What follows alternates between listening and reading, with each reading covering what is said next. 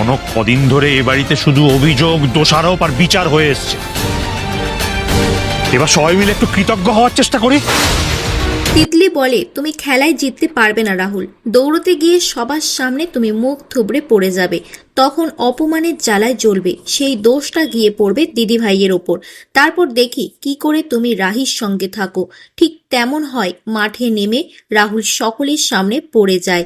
খেলা শুরুর আগেই রাহুলকে বাদ দিয়ে দেওয়া হয়। রাহি বলে, না রাহুল, তুমি এভাবে হেরে যেতে পারো না, তুমি উঠে দাঁড়াও। রাহুল বলে, না রাহি, তুমি আমাকে একদম ছোবে না।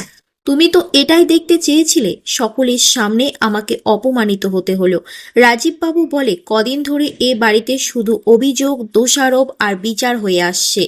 এবার সবাই মিলে একটু কৃতজ্ঞ হওয়ার চেষ্টা করি। শোনো কনক, যে মেয়েটার জন্য আমাদের ছেলে নিশ্চিত মৃত্যুর মুখ থেকে ফিরে এসেছে, সেই মেয়েটার ওপর এমন অন্যায় করো না কনক। কৃতজ্ঞতা যদি দেখাতে নাই পারো, অকৃতজ্ঞ হইও না।